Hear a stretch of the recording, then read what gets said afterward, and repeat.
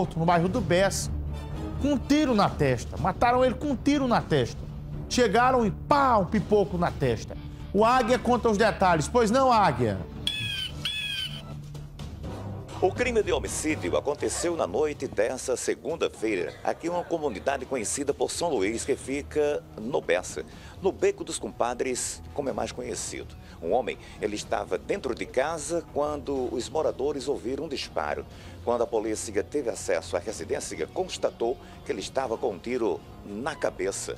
Segundo as informações, a casa não tem sinal de arrombamento. E ao lado do corpo, a polícia encontrou uma certa importância em maconha. Esse homem, ele já tem passagem pela polícia em outro estado. O caso aí chegou via 6CC, né? A informação que teriam tido alguns disparos de arma de fogo no local aqui na comunidade de São Luís. E aí as guarnições vieram até a comunidade para verificar. Chegando no local, foi realmente constatado que teria um homem alvejado numa casa. Um disparo aparentemente na cabeça aí, não dá para constatar se tem mais. A perícia que vai, ao fazer a checagem lá do corpo, saber se teve mais disparos, mas o que deu para ver lá, superficialmente, é um disparo na cabeça. Agora, tenente, tem sinais de arrombamento na casa? Não, a casa não tem nenhum sinal de arrombamento, tanto na parte da frente, né, na porta frontal, quanto na parte dos fundos. Nenhum sinal de violência, o que caracteriza ali, aparentemente, né, a perícia que vai constatar isso, o órgão competente que é a Polícia Civil, com os legistas, mas aparentemente ali configura uma execução. Uma execução. Possivelmente ele estava dentro de casa com essa vítima, o acusado, possivelmente? Não dá para saber isso ainda, Águia, mas ele, a posição que ele está ali, ele estava sentado em um colchão, apenas um disparo na testa que a gente viu, né, superficialmente, e aí também não foi levado quase nada lá, pelo que a gente viu, né? E a casa não está mexida, não teve luta corporal? Não, a casa não tem nenhum sinal de violência ou de alguma coisa que mexeram ou tentaram levar algo. Mas com ele foi encontrado algumas porções de maconha embalada, dinheiro trocado e também algumas munições de calibre 38. E parece que ele tem uma passagem por apedrejar um veículo fora aqui do estado? Isso, ele tem uma passagem no sistema prisional, constando no estado do Ceará, na cidade de Fortaleza, por organização criminosa e violação ao patrimônio público. As informações dão conta de que a vítima estava na sua residência quando adentraram lá, possivelmente, pessoas que lhe conheciam. Foi efetuado apenas um disparo na região craniana, ele morreu no local.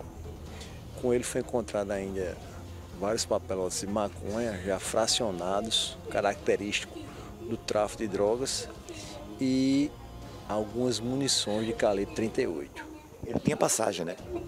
Ele tinha envolvimento com alguns crimes praticados na região de Fortaleza, possivelmente ataque a ônibus. A gente só constatou um tiro mesmo no corpo, né? Ele estava caído sobre um colchão na sala e esse tiro que a gente constatou foi um tiro aqui bem na frontal, aqui a curta distância, aqui no meio da testa dele. Somente um tiro. Uma execução? Típico de execução, né? Nós não vimos sinais de luta lá dentro, nem os acessos estavam arrombados, né? Talvez até ele estivesse com uma pessoa que fosse conhecida dele, né? E que por algum motivo essa pessoa o surpreendeu com esse único tiro na cabeça. Sinais de arrombamento nem de luta a gente viu lá dentro não. Nem de outros tiros assim no ambiente não tinha não. Só o único tiro que a gente constatou na testa dele. Essa maconha e essas munições estavam dentro de uma bolsa com ele? Era de uma pochete. Ele estava com uma pochete assim caído sobre o colchão e dentro dessa pochete a gente achou esses 28 pacotinhos de maconha, né? E essa munição também do calibre 38. Só que a arma a gente não achou. A gente ainda deu uma procurada lá, ver se tinha algum revólver, alguma coisa, mas lá dentro do ambiente a gente não encontrou arma. A arma usada no crime, dá para identificar pela marca do ferimento? Não, não dá. A gente pode supor que tenha sido um revólver porque não ficou nenhum estojo lá, né? Mas é só uma suposição. A gente só vai ter a certeza mesmo quando tirar o projétil que está na cabeça dele. A vítima, ela morava na última casa aqui nessa localidade, o Marconi dos Santos Silva. Ele tinha 28 anos e era conhecido como Dedinho. Com imagens de Vital Vaz, repórter Águia para a sua TV, Arapuã. Gente, eu queria mudar de assunto agora. Trouxemos esses dois homicídios que aconteceram aqui em João Pessoa, às 6h20, de um caso que me chamou a atenção, que aconteceu esse final de semana. Me dá a imagem, por gentileza, do Derek Ramon. Olha só esse jovem que vocês estão vendo aqui na tela. Ele é o Derek Ramon. Ele tinha 27 anos de idade. E assim como você, assim como eu, estava aproveitando o final de semana com a família. O Derek Ramon foi para o Dique de Cabedelo. Dique de Cabedelo, que é um local muito bonito, tem uma linda paisagem, né? Um local bacana de você se divertir, tirar fotos. E de repente, minha gente, a esposa dele entrou na água para tomar um banho, porque você gosta de tomar um banho por ali, estava com o pessoal lá. Ela começou a se afogar. Ele, desesperado, correu para salvar a esposa.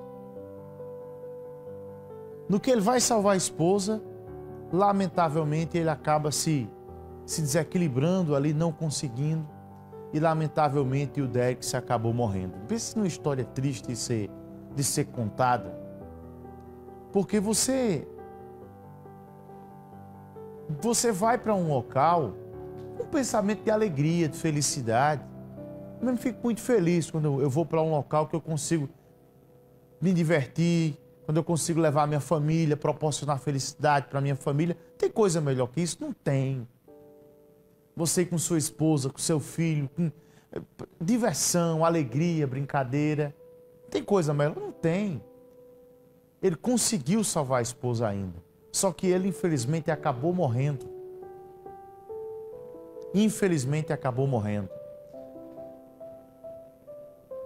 Nós temos a matéria com quem, Brenda, esse assunto?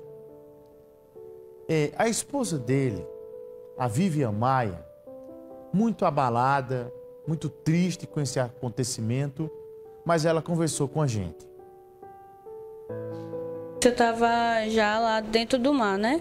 A onda estava por aqui quando começou, né? E acabou que a onda começou a puxar a gente. Puxou eu e mais o casal que estava conosco e meu esposo. Puxou nós, né? E lá no fundo mesmo, né? Ele começou a me empurrar, porque ele viu que ele lembrava que eu não sabia nadar. Mas ele sabia, né? E ele começou a me empurrar, ele me empurrando e eu puxando ele, que ele é o amor da minha vida, eu não podia deixar ele ficar. Mesmo que ele quisesse que eu fosse, mas eu tinha que levar ele comigo. Aí quando ele não conseguiu, né? Porque quanto mais ele me empurrava, mais a gente se afastava, ele ia mais profundo. Então eu consegui manter minha calma e na hora que eu mantive a calma, eu comecei a gritar para ele, né, dizendo que eu estava bem, para que ele acordasse, né, que eu não sabia como ele estava, para que ele acordasse. Eu mantive a calma e comecei a boiar. E isso, teve um rapaz que conseguiu puxar eu na verdade, né, mas ele não conseguia puxar meu esposo, porque ele já estava muito dentro da água já. Aí depois um pescador de lá da região mesmo que conseguiu salvar ele e o outro menino que estava lá dentro. Ele já dava a vida antes mesmo de ir embora, né? Ele já fazia tudo por mim, nos pequenos detalhes, nos pequenos gestos, em tudo, qualquer coisinha. Eu ganhei um bombom no trabalho, vou levar um pedaço para minha esposa. Eu vou participar do negócio, vou sair com meus colegas de trabalho. Vou levar isso aqui para viver. Tudo qualquer coisa, do mesmo jeito era eu, né? A gente sempre foi assim. Sempre estávamos ali um para o outro. E o que ele sempre falava, né? A gente era um só. Biblicamente, quando a gente se casa, a gente se torna um só. Então nós sempre fomos um só. Minha gente, que tristeza essa história. Vocês viram a esposa dele contando como é que isso aconteceu? Eu queria, se possível, novamente, para quem está em casa, divide a tela comigo, Brenda. Eu queria ouvir novamente a fala da esposa. Para quem está acompanhando agora o nosso programa, que ligou a TV agora, esse caso ele chama a atenção pela maneira como aconteceu. Aí tem uma questão de uma história de uma prova de amor, de algo que é muito raro de você ver. Depois algo que a gente não consegue compreender as respostas do porquê isso aconteceu, de quais razões levaram esse acontecimento. Divide comigo, por gentileza, Mozart. É melhor ir para aqui, né, meu caro Gabriel? Pronto. Mozart, por gentileza, divide comigo e coloca novamente a sonora dela para que quem está em casa possa ouvir a mulher falando o que é que aconteceu com o esposo dela. Eu estava já lá dentro do mar, né? A onda estava por aqui quando começou, né? E acabou que a onda começou a puxar a gente. Puxou eu e mais o casal que estava conosco e meu esposo. Puxou nós, né? E lá no fundo mesmo, né? Ele começou a me empurrar, porque ele viu que ele lembrava que eu não sabia nadar, mas ele sabia, né? E ele começou a me empurrar, ele me empurrando e eu puxando ele, que ele é o amor da minha vida, eu não podia deixar ele ficar. Mesmo que ele quisesse que eu fosse, mas eu tinha que levar ele comigo. Aí quando ele não conseguiu, né? Porque quanto mais ele me empurrava, mais a gente se afastava, ele ia mais profundo. Então eu consegui manter minha calma e na hora que eu mantive a calma, eu comecei a gritar para ele, né, dizendo que eu estava bem, para que ele acordasse, né, que eu não sabia como ele estava, para que ele acordasse. Eu mantive a calma e comecei a boiar. E isso, teve um rapaz que conseguiu puxar a gente, puxar eu na verdade, né, mas ele não conseguia puxar meu esposo, porque ele já estava muito dentro da água já. Aí depois um pescador de lá da região mesmo que conseguiu salvar ele e o outro menino que estava lá dentro. Ele já dava a vida antes mesmo de ir embora, né? Ele já fazia tudo por mim, nos pequenos detalhes, nos pequenos gestos, em tudo, qualquer coisinha. Ah, eu ganhei um bombom no trabalho, vou levar um pedaço para minha esposa. Ah, eu vou participar do negócio, vou sair com meus colegas de trabalho. Ah, vou levar isso aqui para Vivi. Tudo qualquer coisa, do mesmo jeito era eu, né? A gente sempre foi assim. Sempre estávamos ali um para o outro. E o que ele sempre falava, né? A gente era um só. Biblicamente, quando a gente se casa, a gente se torna um só. Então, nós sempre fomos um só. É triste de ser contado pela maneira, um casal de jovens, a vida inteira pela frente, eu não tenho dúvidas disso. Pensamentos, planos de formar uma família, de ter filhos, eu não tenho dúvidas disso. E, lamentavelmente, essa história. Gente, muitas vezes nós vamos tomar um banho na praia, chegamos na praia, chegamos na água, muitas vezes as pessoas pensam que não, a água está só no meu umbigo, a água está só aqui, bate na minha cintura, e tem gente que tem um pensamento que a onda só faz jogar para fora. O problema é que a gente só observa aquela onda que joga para fora, mas por baixo, na água, tem uma coisa chamada corrente de retorno. E a tal da corrente de retorno é algo que puxa você para dentro e que te afoga. Nós conversamos, inclusive, sobre o Corpo de Bombeiros Militar da Paraíba, com o Corpo de Bombeiros, a capitã Inara, do Corpo de Bombeiros Militar da Paraíba, e ela, inclusive, faz um alerta à população sobre essa questão de corrente de retorno para quando você for entrar dentro de água. Apesar de ser resguardada pelo Corpo de Bombeiros, temos posto de guarda-vidas próximo ao local, tem embarcação que também resguarda essa área.